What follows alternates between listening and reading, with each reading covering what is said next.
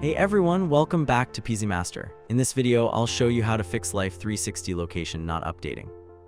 First, check your internet connection.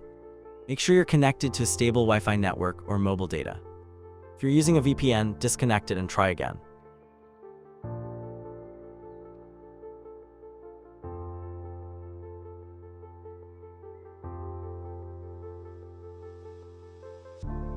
Next, long press the Life360 app and open App Info. Go to Storage and clear the cache.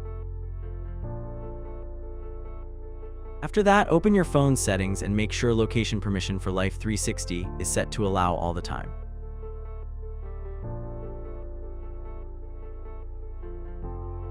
Once you've completed these steps, reopen Life360 and check if your location is updating correctly. And that's it. That's how you can fix Life360 location not updating. Like and subscribe to PeasyMaster for more tutorials. Thanks for watching, and I'll see you in the next one.